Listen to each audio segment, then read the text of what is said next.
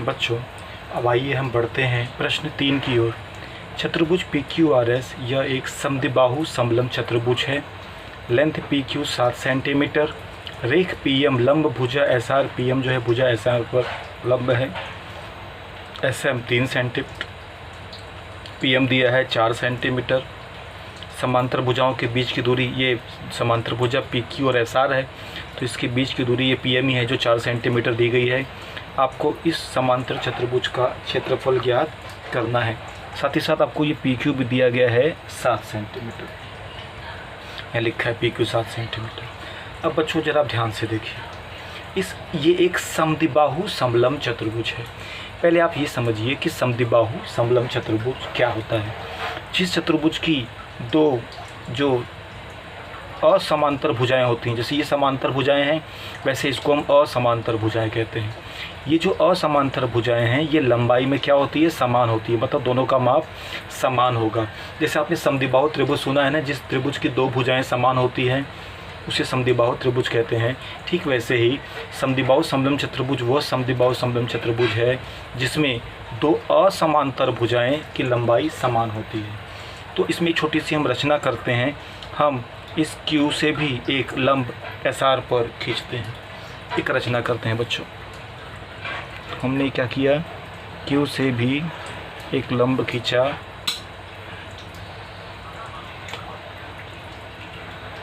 को नाम दिया हमने N। QN लंब है SR पर। ठीक है बच्चों, तो हमने यहाँ एक छोटी सी रचना की। अगर आप ध्यान से देखिए तो यहाँ पर 1, 2 और 3 आकृति बन गई है। चूँकि हमको इस समलंब चतुर्भुज का क्षेत्रफल ज्ञात करना है। समलंब चतुर्भुज का क्षेत्रफल होता है 1/2 गुणे समांतर भुजाओं की लंबाइयों का योगफल गुणे ऊंचाई। समांतर भुजाएं अर्थात PQ और SR, इनकी लंबाइयों का योगफल हमें करना है और साथ ही ऊंचाई हमको पता है, लेकिन हमको SR पता नहीं है। तो इस SR को पता करने के लिए सबसे पहले हमको इस भुजा को PS को निकालना होगा, क्योंकि बच्चों जो PS मिलेगा PS के आधार पर ही QR हो जाएगा और ये PMNQ एक आयत बनेगा और आयत की सम्मुख भुजाएं समान होती हैं तो ये 4 हो जाएगा। फिर आपको ये 2 भुजा मालूम है तो तीसरी भुजा पाइथागोरस से मिलेगा, मतलब आपको इसमें 2 बार पाइथागोरस करना होगा। तो चलिए हम अपने उत्तर की शुरुआत करते हैं। सबसे पहले चतुर्भुज PQRS यह समद्विबाहु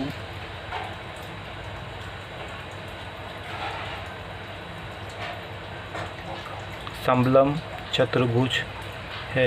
ये हमको प्रश्न में दिया गया है इसलिए दत्त हमने लिख दिया।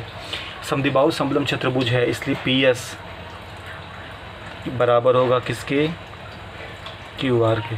इसको हमने नंबर डाल दिया 1। अब सबसे पहले समकोण त्रिभुज PMS में हम क्या लगाते हैं, पाइथागोरस, और PS की लंबाई निकाल देंगे। तो जो PS की लंबाई होगी वही QR की लंबाई हो जाएगी। ठीक है बच्चों, तो सबसे पहले इसलिए समकोण त्रिभुज PMS में हम क्या लगाते हैं, पाइथागोरस प्रमेय से। ठीक है बच्चों, अब पाइथागोरस प्रमेय आप जानते हो, कर्ण का वर्ग 90 के सामने वाली भुजा को कर्ण कहते हैं। तो PS का वर्ग, कर्ण का वर्ग बराबर पहली भुजा PM का वर्ग और दूसरी भुजा SM का वर्ग। कर्ण का वर्ग बराबर पहली भुजा का वर्ग धन दूसरी भुजा का वर्ग। 90 समकोण यहाँ पर M है इसलिए कर्ण होगा बच्चों PS। तो PS का स्क्वायर बराबर PM का स्क्वायर प्लस SM का स्क्वायर। आइए इसमें हम मान डालते हैं। PS हमको पता नहीं, याद करना है। PM हमको दिया गया है 4, 4 का वर्ग, SM है 3, 3 का वर्ग। अब बच्चों PS स्क्वायर वैसे ही रहेगा, 4 का वर्ग हो जाएगा 16 और ये 3 का वर्ग हो जाएगा 9। तो आपको मिल जाएगा PS का स्क्वायर बराबर 25। अब हमको वर्ग नहीं चाहिए, हमने पाइथागोरस बहुत बार किया है, तो किस में आएगा, वर्गमूल में। तो PS बराबर कर्ण में 25, कर्ण में 25 किसका मान होता है, 5, 5 का 25 का वर्गमूल होता है 5। आपको PS मिल गया 5 सेंटीमीटर। चूँकि बच्चों PS QR के बराबर है तो हम लिख सकते हैं, इसलिए पी एस बराबर है क्यू आर के, इसलिए ये भी कितना होगा 5 सेंटीमीटर। कहाँ से लिखा हमने कथन 1 से, क्योंकि यहाँ पे मालूम कथन 1 में पी एस और क्यू आर दोनों बराबर हैं। अब पी एम और क्यू आर क्यू एन दोनों ही लंब है, तो पी एम एन क्यू एक क्या बनेगा, यहाँ देखिए बच्चों चतुर्भुज पी एम एन क्यू एक क्या बनेगा, आयत बनेगा। तो अब आगे बढ़ते हैं, क्योंकि चतुर्भुज पी एम एन क्यू एक क्या है, आयत है, तो आयत की सम्मुख भुजाएं क्या होती हैं, समान होती हैं, इसलिए पी एम बराबर होगा एन क्यू के बराबर होगा 4 सेंटीमीटर, और साथ ही साथ पी क्यू ये बराबर होगा एम एन के बराबर होगा 7 सेंटीमीटर। आप देख सकते हैं बच्चों डायग्राम में पी क्यू जो है वो एम एन के बराबर होगा, पी क्यू 7 है इसलिए एम एन भी 7 हो जाएगा, और पी एम क्यू एन के बराबर होगा, पी एम 4 है इसलिए क्यू एन भी 4 हो जाएगा। तो इस प्रकार आयत की सम्मुख भुजाओं से आपको मिल गया। चूँकि पी एस हमने 5 ज्ञात किया था, तो क्यू आर समद्विबाहु समलंब चतुर्भुज है, इसलिए ये भी 5 होगा। अब समकोण त्रिभुज क्यू एन आर में 2 भुजा आपको पता है, तो तीसरी भुजा भी यहाँ पे हम किससे निकालेंगे, पाइथागोरस से। तो थर्ड स्टेप में समकोण त्रिभुज क्यू एन आर में हमें क्या लगाना है, पाइथागोरस प्रमेय। अब हम आगे करते हैं,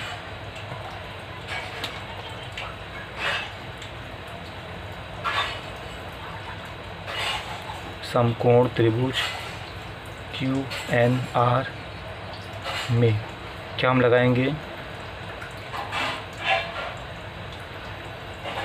पाइथागोरस प्रमेय से। चलो बच्चों यहाँ भी सूत्र लगाते हैं, यहाँ पर 90 है एन, तो कर्ण यहाँ पे क्या हो जाएगा क्यू आर, तो क्यू आर का वर्ग बराबर क्यू एन का वर्ग प्लस एन आर का वर्ग। तो हम सूत्र लगाते हैं बच्चों, क्यू आर का वर्ग बराबर क्यू एन का स्क्वायर प्लस एन आर का स्क्वायर। चलिए डायग्राम में देखते हैं, हमको क्यू आर मालूम है 5, क्यू एन मालूम है 4, एन आर हमको ज्ञात करना है। तो क्यू आर की जगह पर 5 का वर्ग, क्यू एन 4 का वर्ग, और एन आर हमको फाइंड करना है। तो एन आर वैसे का वैसे ही, आइए वर्ग करते हैं। 5 का वर्ग हो जाएगा 25, 4 का वर्ग हो जाएगा 16 प्लस एन आर का स्क्वायर। अभी एन आर निकालना है, तो प्लस 16 यहाँ जाके क्या हो जाएगा, -16 बराबर एन आर का स्क्वायर। 25 में से 16 माइनस करने पे बच्चों आता है 9, तो एन आर का स्क्वायर मिल गया 9। इसलिए हम स्क्वायर निकालने के लिए क्या करते हैं, स्क्वायर रूट वर्गमूल करते हैं। तो 9 का वर्गमूल कितना मिलेगा बच्चों, 3। 9 3 का वर्गमूल होता है, इस प्रकार आपको एन आर भी मिल जाएगा 3 सेंटीमीटर। तो बच्चों एन आर भी मिल गया 3 सेंटीमीटर। तो इस प्रकार आपको एस एम, एम एन और एन आर तीनों मिल गया है, जिसके आधार पर हम एस आर ज्ञात कर सकते हैं। तो इसलिए अब हम लिखते हैं यहाँ पे एस आर जो होगा वो S M plus M N plus N R के बराबर होगा, क्योंकि ये सभी क्या हैं, एक रेखीय बिंदु है, मतलब एक रेखा में है। ध्यान से देखिए बच्चों, ये जो एस आर है वो S M plus M N plus N R के बराबर होगा, इसलिए एस आर बराबर S M plus M N plus N R आपको मिल जाएगा। तो हमको एस एम हमने फाइंड किया हुआ है बच्चों, डायग्राम में हमारे है एस एम है 3, के बाद एम एन आयत की सम्मुख भुजाओं से हमने ज्ञात किया है 7, और एन आर अभी हमने ज्ञात किया वो मिला है 3 मिला है। एक बार फिर से आप डायग्राम में देख लीजिए, आप इस डायग्राम में देख सकते हैं कि एस एम यहाँ पर 3 है, एम एन भी 7 है, और एन आर हमने जस्ट अभी फाइंड किया 3 सेंटीमीटर। तो इन मान को हम यहाँ पर डालते हैं, एस एम के नीचे 3, 7 और 3, तो हमको एस आर मिल जाएगा 3 धन 7 10, 10 धन 3 13 सेंटीमीटर। अब हम समद्विबाहु समलंब चतुर्भुज का क्षेत्रफल ज्ञात करते हैं, इसलिए चतुर्भुज पी क्यू आर एस का क्षेत्रफल, जैसा कि आप जानते हैं बच्चों ये समद्विबाहु समलंब चतुर्भुज है ही है, तो उसका सूत्र हम वही लगाते हैं 1/2 गुणे समांतर भुजाओं की लंबाइयों का योगफल गुणे ऊंचाई। अब बच्चों हम डायग्राम में, आप यहाँ से आपके पास ये डायग्राम है, आप यहाँ पे देख सकते हो समांतर भुजा, इसमें पी क्यू और एस आर है, और ऊंचाई में हम एक ही नाम लिखते हैं पी एम। हमने क्यू एन भी ऊंचाई है, बट क्यू एन नहीं लिखेंगे तो भी चलेगा, वो डायग्राम में है। तो 1/2 P Q plus S R गुणे ऊंचाई पे हम पी एम नाम लेते हैं। तो 1/2 समांतर भुजा का नाम है पी क्यू धन एस आर, और ऊंचाई का नाम है पी एम। चलिए बच्चों, 1/2 पी क्यू आपको 7 दिया गया था, एस आर हमने अभी ज्ञात किया 13, और ऊंचाई पी एम भी आपको दी गई थी 4। 2 एकम 2, 2 दूनी 4 हम कट कर सकते हैं।